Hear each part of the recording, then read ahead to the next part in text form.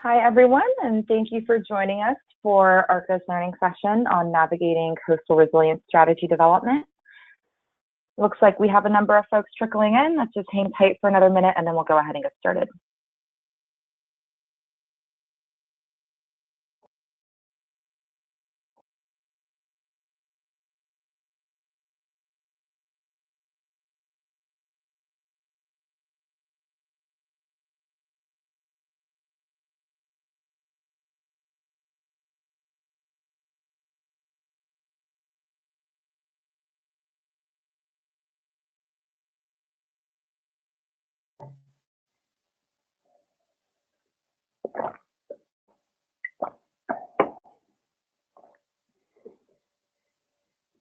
All right, well, let's go ahead and get started. We have a lot to cover today. It's a Friday afternoon. We'll see if we can wrap up early so folks can wrap up the rest of their work and enjoy the weekend.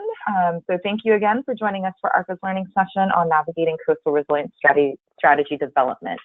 This webinar has been organized by the Alliance of Regional Collaboratives for Climate Adaptation, or ARCCA, in partnership with the Resilient Coastlines Project of Greater San Diego. My name is Julia Kim, and I will be your moderator for this webinar. Quick overview of today's agenda. I'll just briefly run through some logistics, provide a quick overview of ARCCA, then on to our featured presentation, which will share lessons learned from the Resilient Coastlines Project of Greater San Diego about benefits and challenges of trigger policies being developed in their communities and insights from their legal risk analysis. We'll also have a participant Q&A portion, and then from there, just a couple minutes for closing remarks, and then we'll wrap up.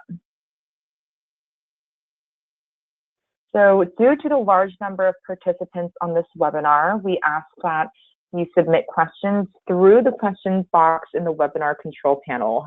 Feel free to submit questions at any point during the webinar and during the presentation, and I'll be summarizing those and sharing that out verbally for our panelists to respond.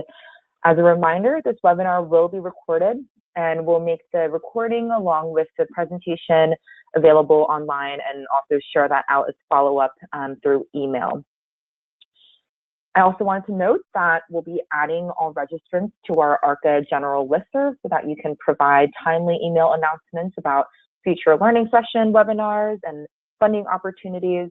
So if you don't want your email added, please feel free to reach out to me and I'll make sure that I exclude your contact information.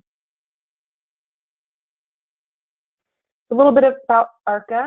ARCCA is a statewide network of regional collaboratives from across California that work together to advance adaptation across the state, as well as to build resilience in their local communities.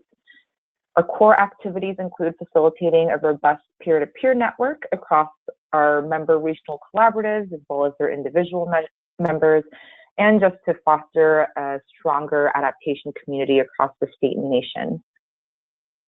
We facilitate knowledge exchange and best practice sharing and capture lessons learned, and we share those out through our bi-weekly newsletter, as well as these learning session webinars and other in-person gatherings that we host.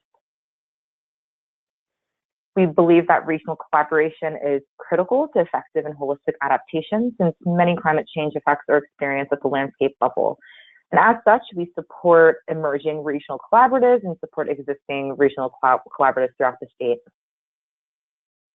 We also work to create a streamlined communication channel between the state and local and regional agencies. We also work with our network to respond to state guidance documents and other policies to ensure that they reflect local and regional needs and concerns, as well as innovations happening on the ground that can be scaled up and out. So not much has changed since we last got together. I'm sure many of you tuned in to our first webinar with the Resilient Coastlines Project of Greater San Diego.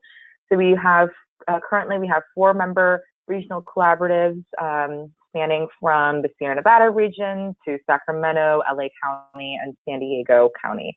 And we have a number of regional collaboratives that will be joining, including the North Coast Resource Partnership and the Central Coast Climate Collaborative.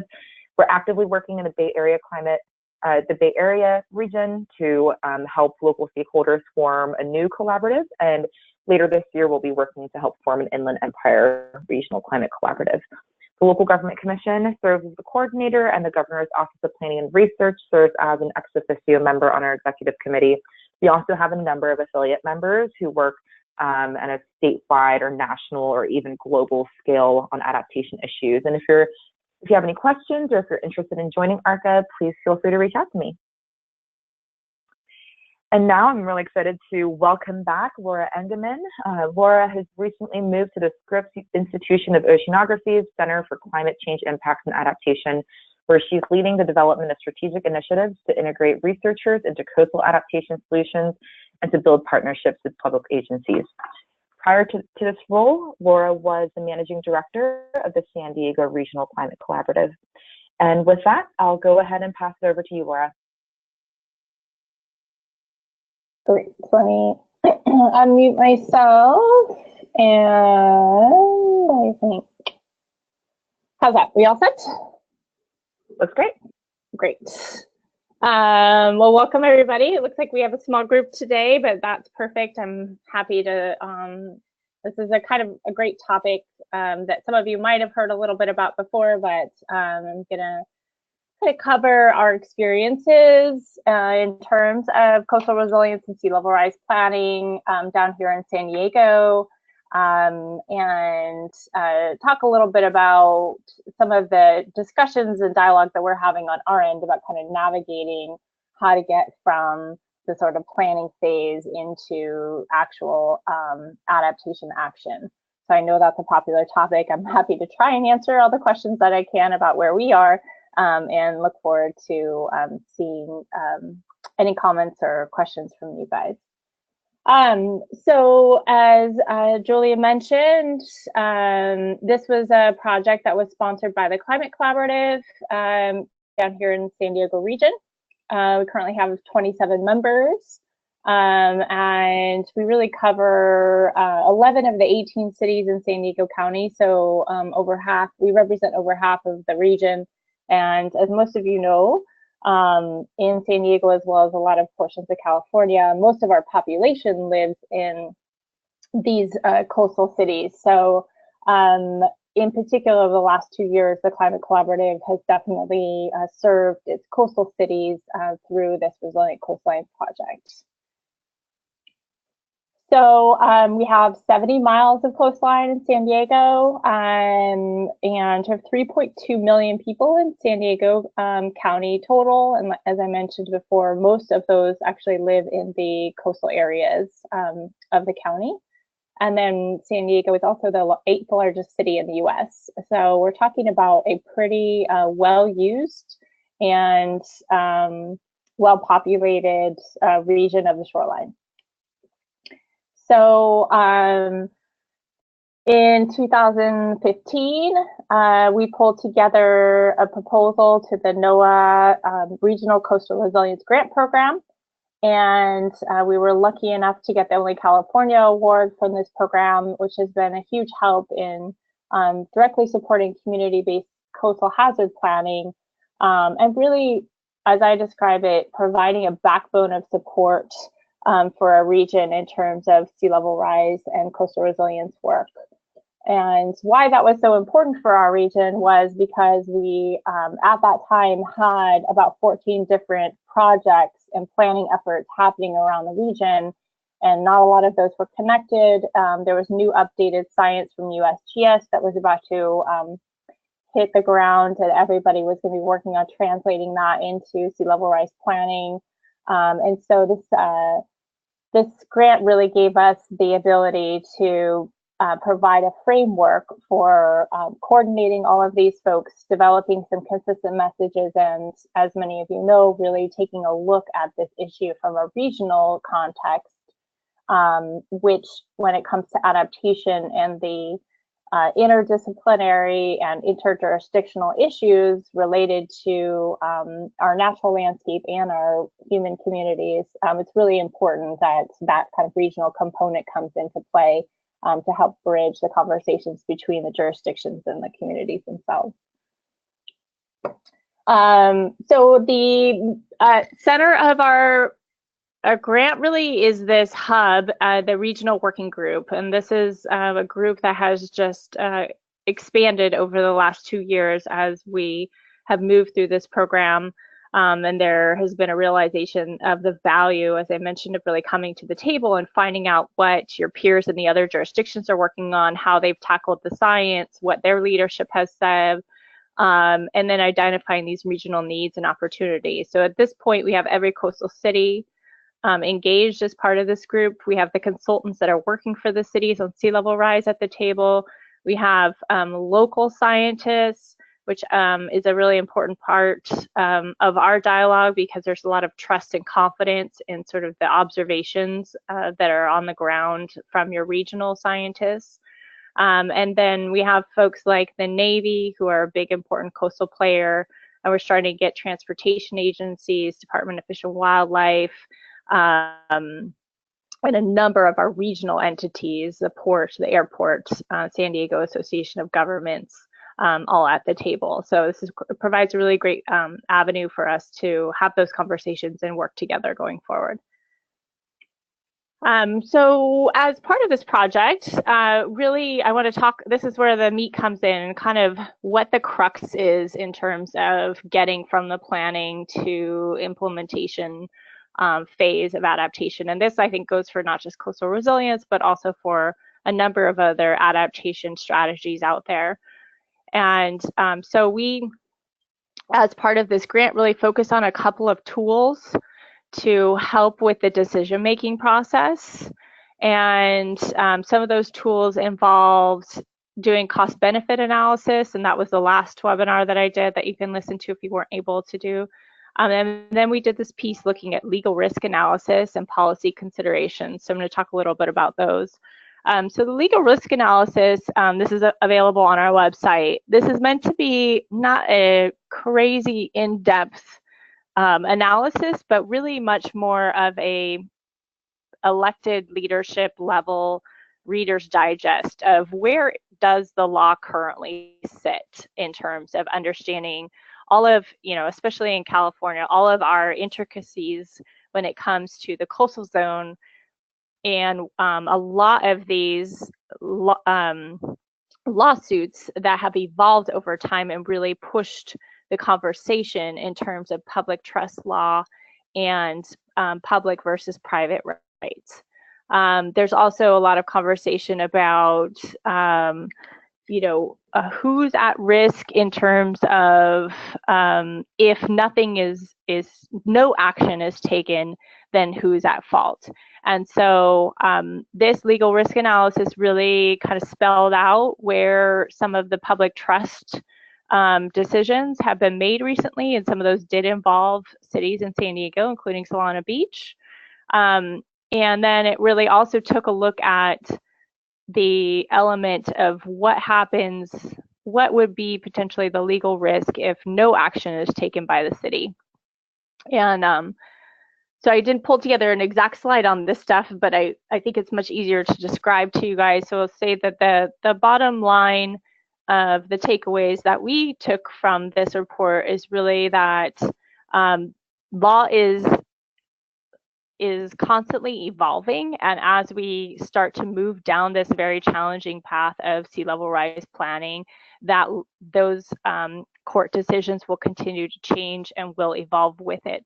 And so based on the Environmental Law Institute's kind of advice, it was that public trust does have a very strong standing, and for cities in particular, there is a little bit of a burden on the cities to really demonstrate how actions and decisions by those cities are taken in light of the public trust, so in light of conserving public trust. So I'll give an example, right, is so that if you if you decide that you're going to let's see, I'm trying to think of a really easy example here, but basically if a city is going to take an action that may impact a private property, but is overall going to have a huge benefit for the broader public, if the more data and documentation of how that can benefit the public, the more that there will be standing for the city. So this is why, in my in my experience or my perspective from doing this project, you start to really see that these pieces in terms of cost evaluation and data collection and monitoring and understanding what the value of your coastal zone is to your community are really, really important, and also have a huge overlay into sort of your legal strategy as well.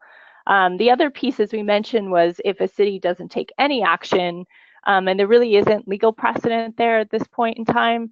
However, there is some discussion. It's mostly based on whether you're based on the idea of negligence. So if a city knows that there is a huge flooding hazard there, but doesn't actually do anything about it, then you could be held negligent. However, with sea level rise and some of the science being very uncertain at this point, it's going to be tough to sort of claim negligence unless, as we mentioned, as the data starts to get a little bit more confident, and there might be things like roads or bridges or major infrastructure where if there's enough information to be highly probable that there would be a hazard, then we're starting to look at potentially some legal risks. So I am not a lawyer. Please do not take this as legal advice.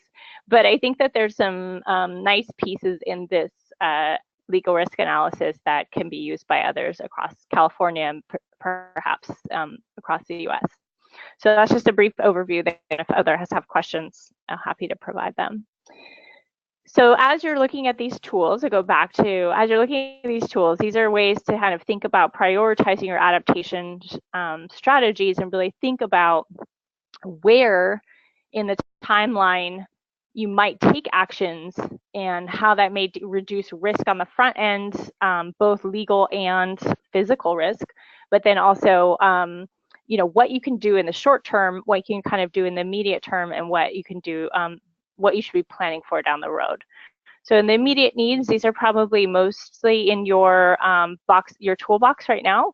So this is land use and development policies and ordinances. So maybe things like setting up setbacks, hazard overlays, updating your local coastal plan, anywhere where you could provide new building development policies. So for instance, for us down in the Chula Vista Bayfront property, which is co-owned with the Port of San Diego, that's a property that hadn't been developed before, and they're about to develop it. And in part of the development policies, there's a requirement of the buildings be elevated up to 3 feet for accommodating sea level rise going forward.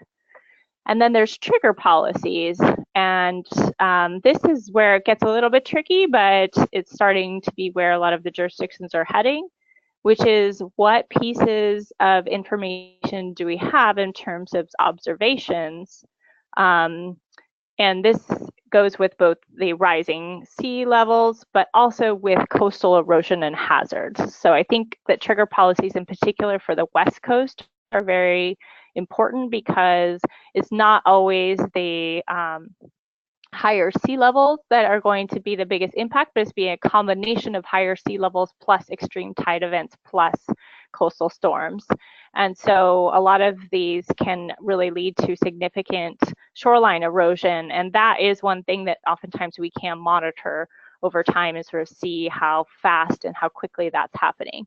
And so for many of our cities, including Del Mar and Carlsbad and some of the other cities, are really starting to think about whether they can set some trigger policies, which would essentially be some level of threshold where they may do beach nourishment in the immediate term.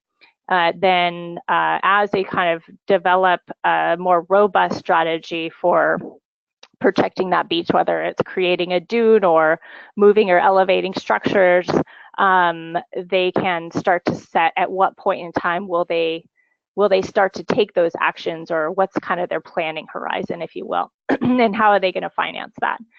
And then the third piece, as I mentioned, has to do with that legal analysis, which is really what can you as your jurisdiction and your community be doing in terms of educating your community about risk. And this includes property owners as well. So I know that it's a challenge to talk with property owners, and you know, there are property owners that could care less or are willing to pay high insurance rates if their property is in a hazard zone, and we will just have to face that as Californians. But it is also our responsibility to sort of be as transparent as possible about those hazards. And I think that over time, that kind of risk education starts to really move the dialogue forward. And that's important to do with both both residential and commercial businesses and property owners.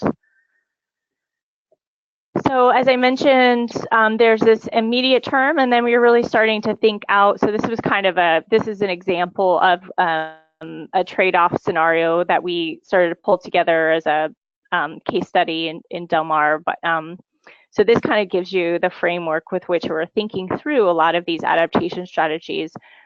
You're looking at a 5 to 10 year horizon for your protection strategies, and those might be beach nourishment, or might be BMPs for your coastal erosion, might be setbacks.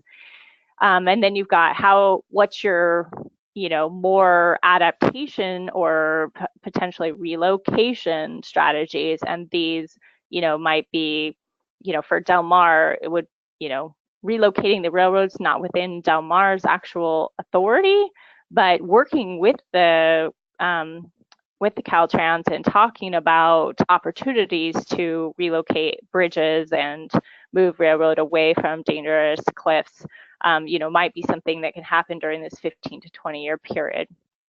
And then removing structures as well. So this gives you a sense for how you might use the triggers. At the top is sea level rise in feet, and then bluff top offset, to really starting to look at the level of bluff erosion as well as a trigger.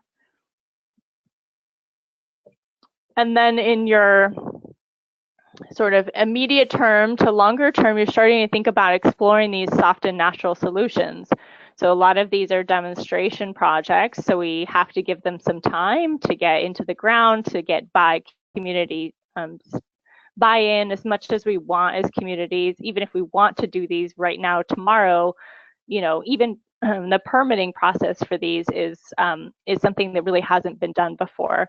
So starting to look at, and I mean not just sediment management, but more like these living shorelines, which are coastal dunes systems, restoring those coastal dune systems, looking at different wetland and flood mitigation strategies.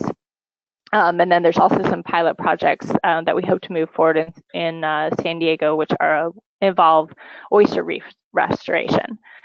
So I think, you know, another important part is getting the community to understand what these kind of solutions look like, where there can be an enormous amount of co-benefits of these types of projects, and really identifying where they're applicable and relevant. You know, obviously we couldn't build a dune in front of our port of San Diego, but there are other beaches or areas along our shoreline that they might be a good solution. And then you've got, you know, things that you could be doing, and I mentioned before, as looking at your sort of near-term needs. So these are really how to integrate this into how do you start integrating your adaptation strategies into your existing investments by your jurisdiction. And these generally fall in a number of different categories. So it's your capital infrastructure planning priorities.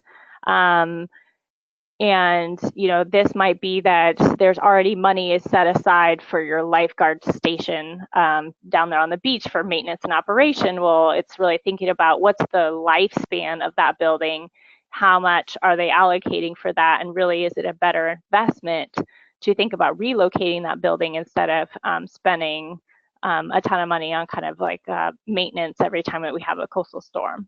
So starting to have those dialogues of really bringing in your public works folks and your elected leaders about some of these assets that are right on the shoreline. Regional infrastructure realignment plans. Again, this is really starting to work with your utilities, your transportation agencies, understanding what the connection is. Cities themselves serve as conduits oftentimes. So utility may own a substation that is fine and not vulnerable on the shoreline, but maybe the road to access that substation is, and that's owned by the city. So starting to kind of piece these together, really pull in your community partners where it makes sense, is also a really big piece that can be taken on right now. Hazard mitigation and vulnerable population investments.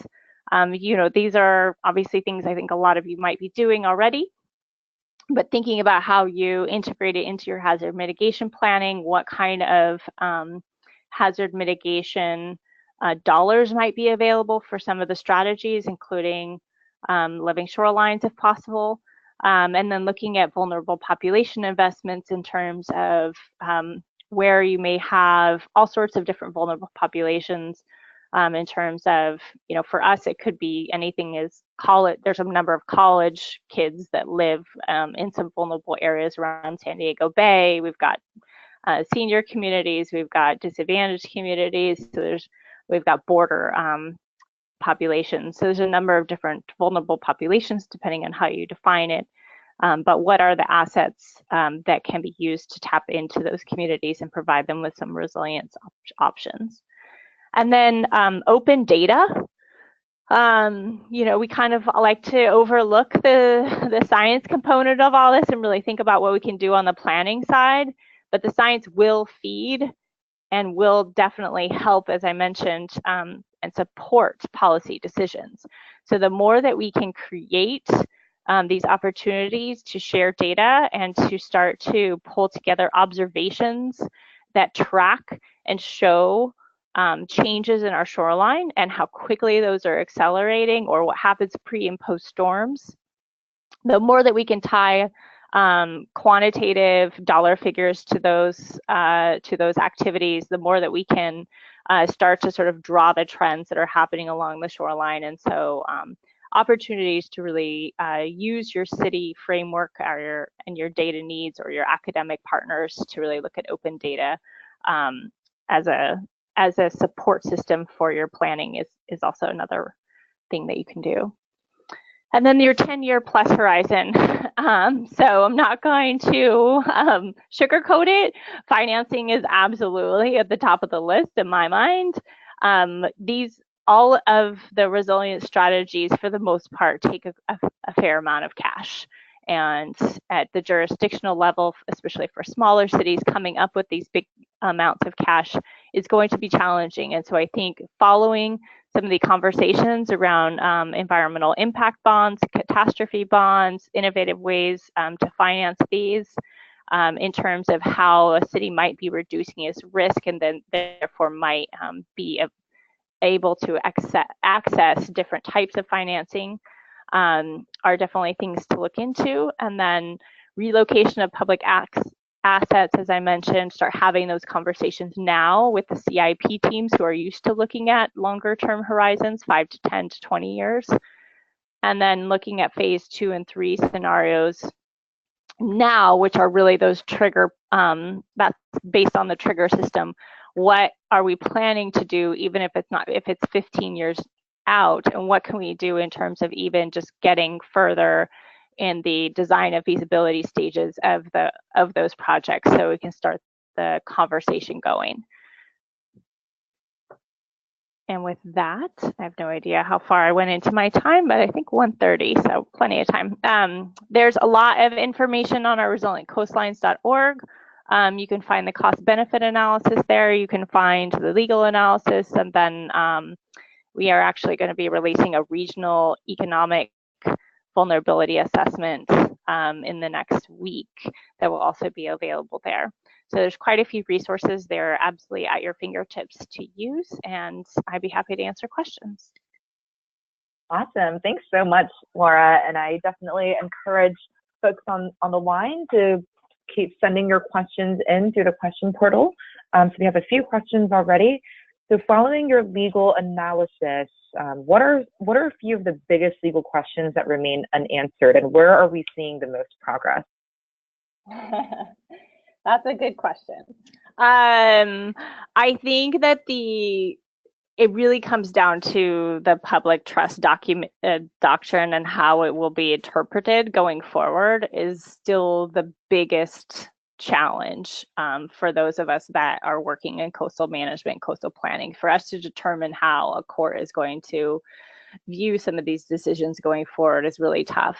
I think that some more recent cases have shown that the private property owners do carry a relatively high burden in demonstrating, how historically they've been given rights to potentially build seawalls or take different actions that may have implications on the broader public asset, which is the beach, of course. And with the Coastal Commission's permitting process, I think that will get tougher and tougher. So we'll start to see things change. And then if you want to follow the Solana Beach lawsuit here in San Diego, and I would definitely recommend talking with somebody like Angela Howe at Surfrider. She's followed a lot of this for a long time and been involved with it. But we're really starting to also see that mitigation for some of these hard armoring is also going to be a factor in these court decisions. So even if sort of historic armoring is allowed to be continued in certain areas, it is likely to come with a cost, and that cost will be the burden of the private property owners. So it won't. So I think that, as I mentioned, there's this interaction between sort of financing and cost and the law that's starting to happen, and I also see that's where potentially, insurance may start to play a role as well. Great. Thanks so much, Laura. Another question here. What is the budget process to accommodate the trigger policy and the subsequent multi-party actions? There is not one tied to it yet. I think so. The city of Del Mar is kind of the first out of the gate in our region. They are just taking their adaptation plan to the city council. They may have taken it just recently. And so in there is kind of this broad vision of trigger policies, that one of their trigger policies is based on beach width. And on the science side, there's definitely a lot of questions about how exactly that's going to be measured. And then how would you determine at what levels, because beach volume and beach width changes dramatically by season and by year, if it's El Nino or La Nina year. So in terms of translating that into a budget process, especially at a city level that operates on an annual, if not biannual basis, that is going to be tough. It's a great question. Thanks, Laura. So another question here, are cities or the region as a whole looking at any potential voter-approved tax measures, something like Measure AA in the San Francisco Bay Area? Ooh, good question. I will just say that for San Diego in general, taxes have always been politically really challenging to get voter approval for. We just historically, our region, we've always really struggled with anything that's called a tax versus the Bay Area or some other regions across California. So I don't foresee that would be a primary mode. However, as I mentioned, this idea of the community sort of paying for the beach nourishment, there may maybe it could be something along the special district financing line, so that would also be a tax, but as a special district, they could elect to be taxing themselves specifically for that if they felt it was a high enough value for them. Thanks, Laura. And as you say, without sugarcoating, what is the funding gap in terms of the order of magnitude of where we are and where we need to be? Unfortunately, a long way away. I do think that that some of these mitigation, adaptation strategies, they're not cheap. They're very expensive. But so is all infrastructure or traditional infrastructure. So part of the strategy should really be to try and leverage where you can infrastructure upgrades that are already in the works. So that's why really starting to work with the CIP folks that already have this plan. So for us, we have a number of bridges that cross lagoons, and those are obviously quite vulnerable because we're looking at increased sea level rise, and those are already areas that struggle with flooding.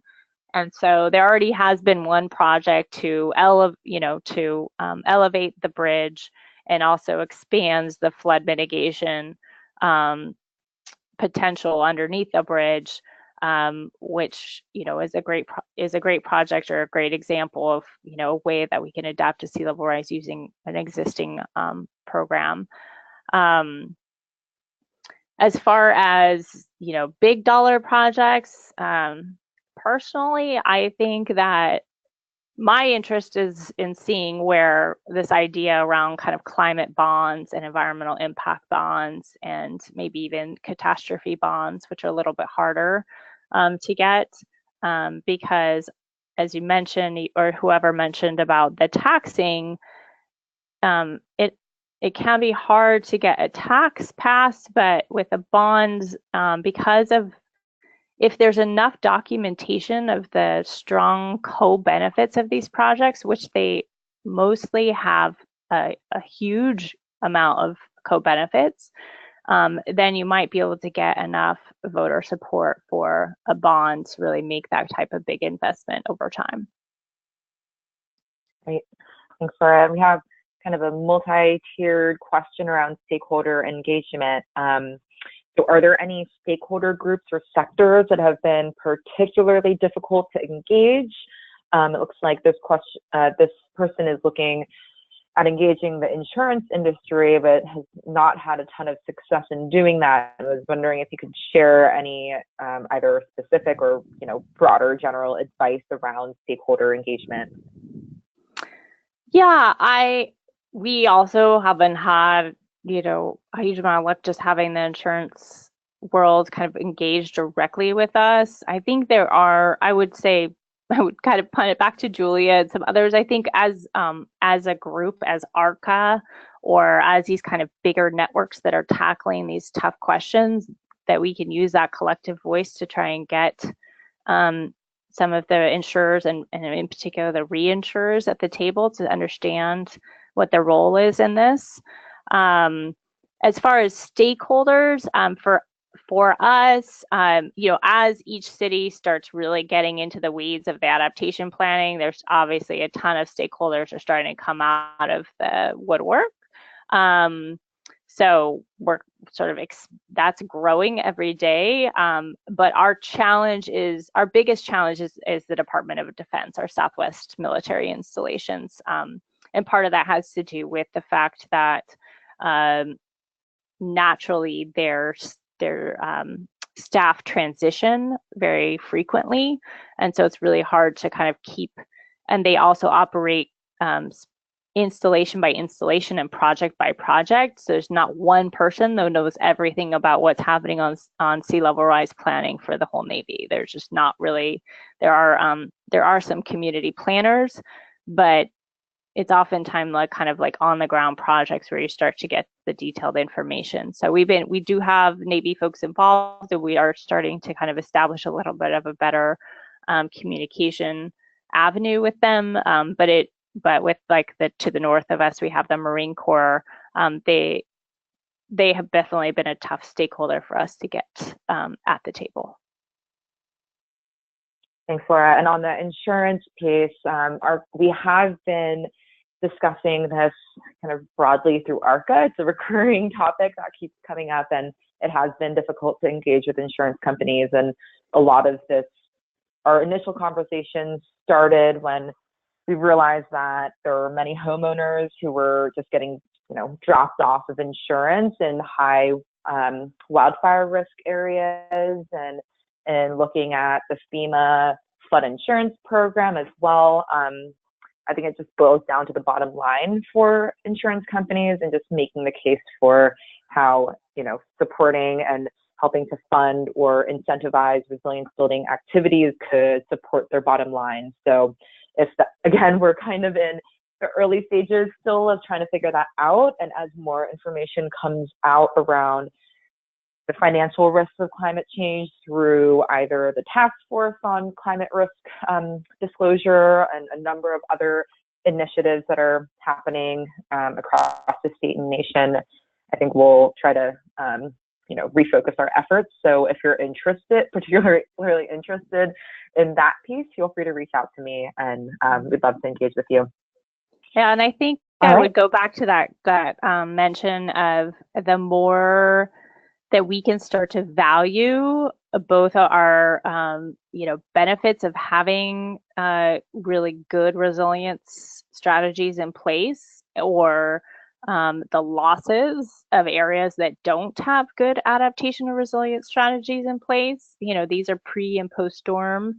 That's the kind of data the insurance companies are constantly gathering. So what we do on the ground is not unseen by them.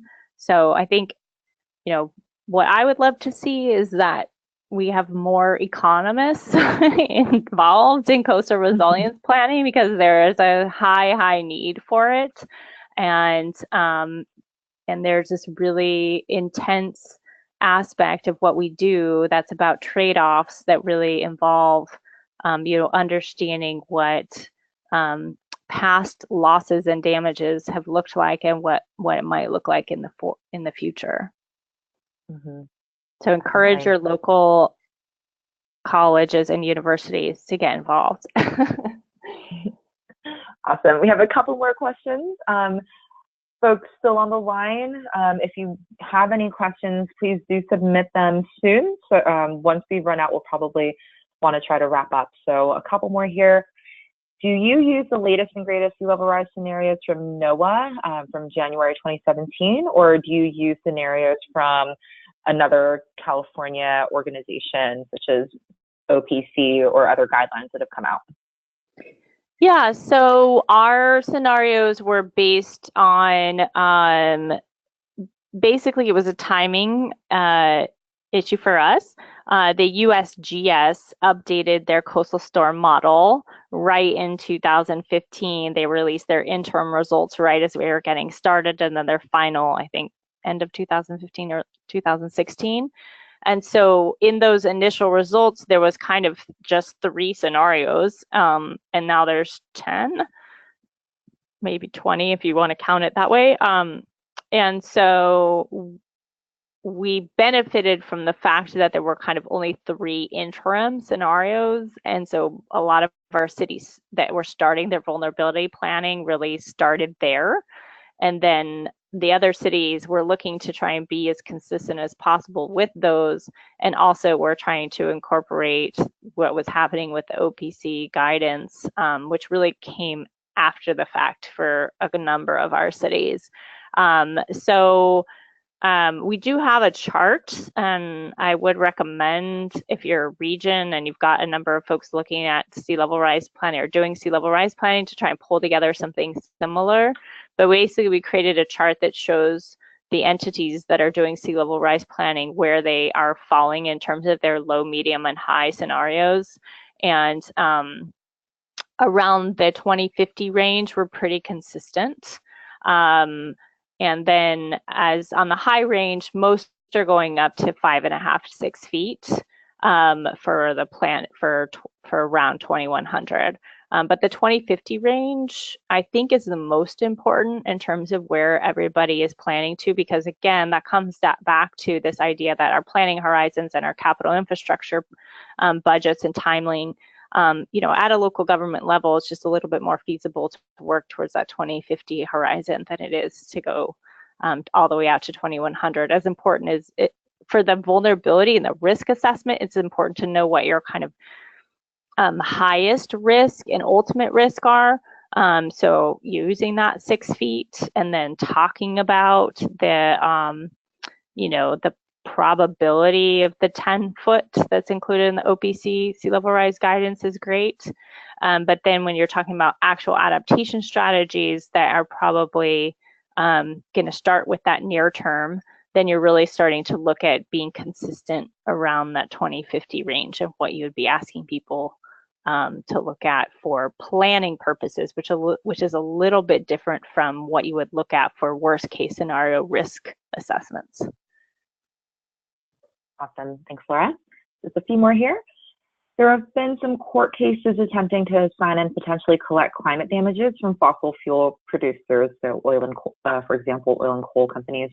Yep. Do any of your members see these as a potential funding source within the next 10 years? Yeah, so the city of Imperial Beach was one of the first cities to sign on to that.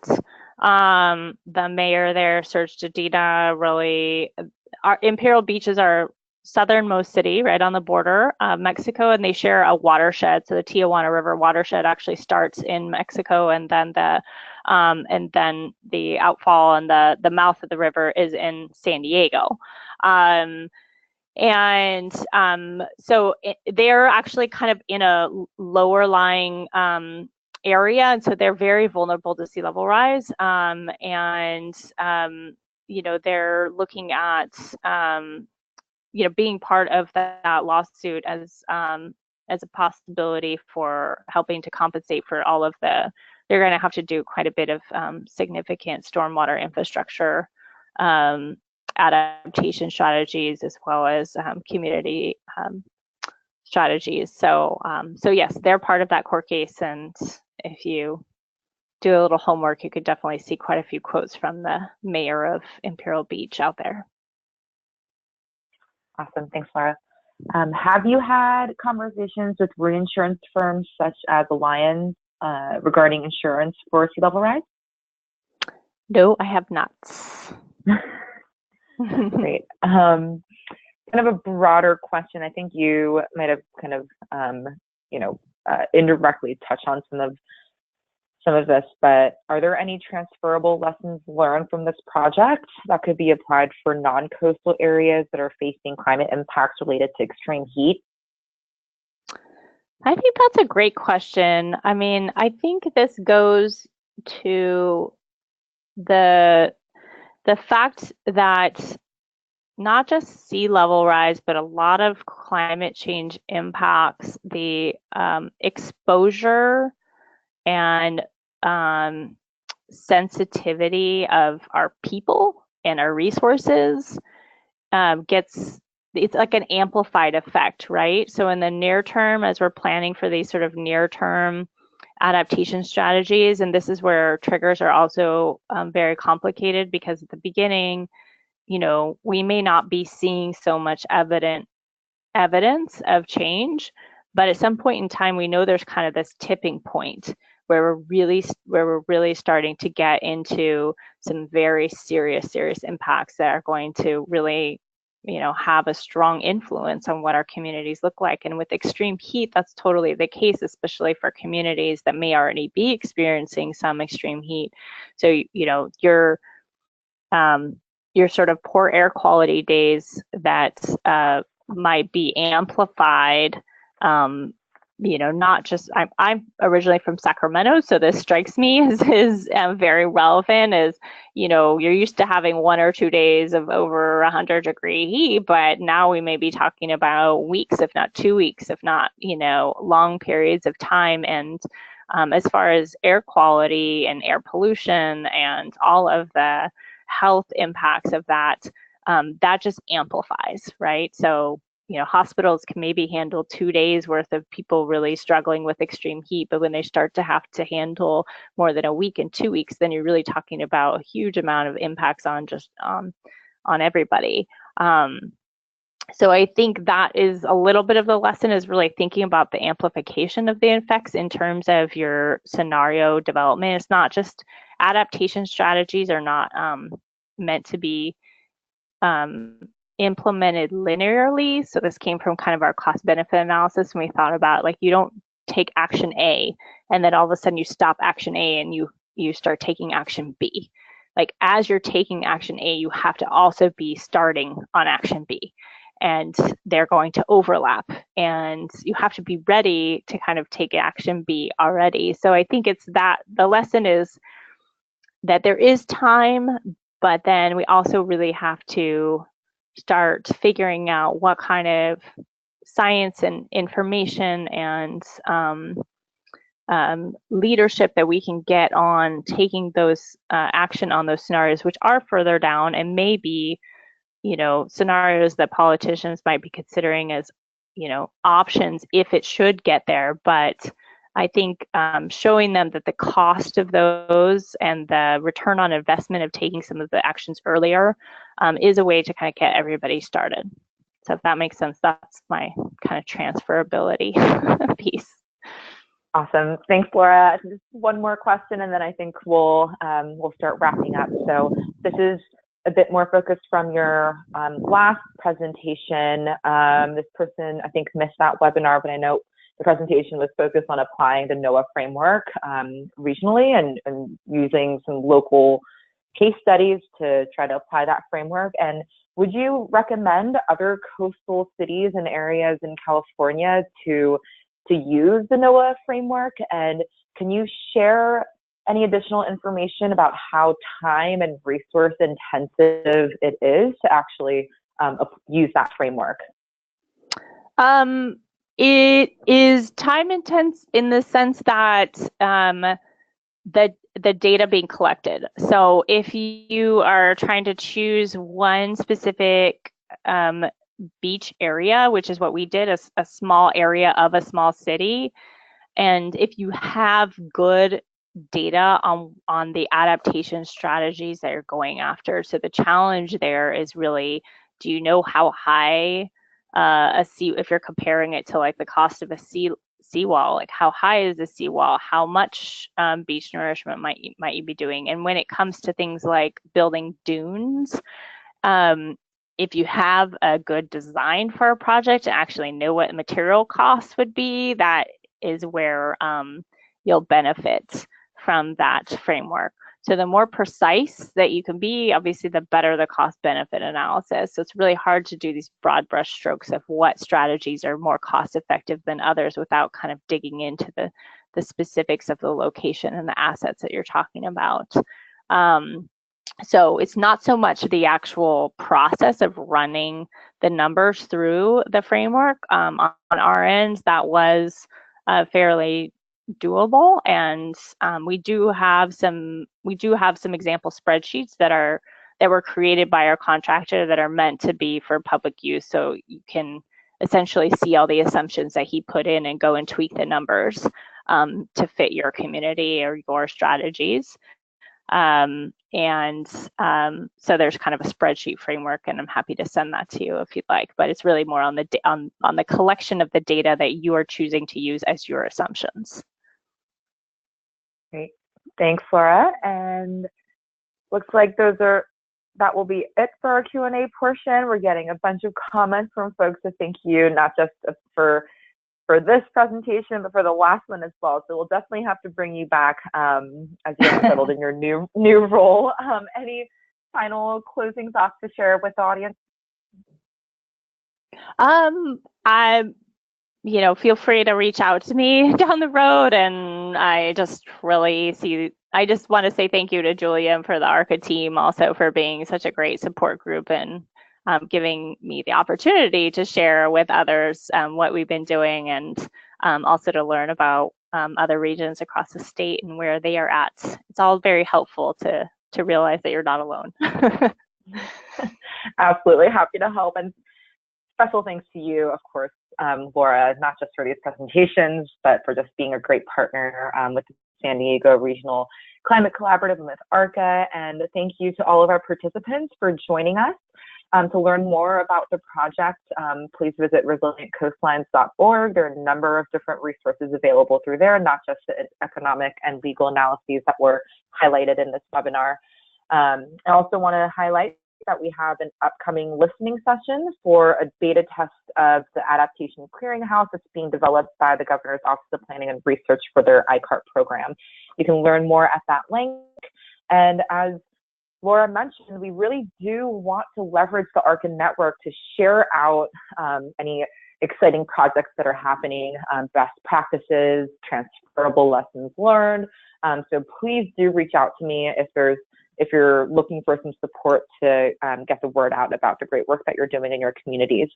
Highlighting just a couple new resources, our 2018 legislative tracking page is up and running. So if you wanted to stay up to date on what's making their way through the legislature currently, feel free to take a look there. We also have our roadmap to transportation resilience, which just highlights very concisely some recommended adaptation measures and the associated planning activities. And we will be working on building out our next roadmap, and that will look at the water sector.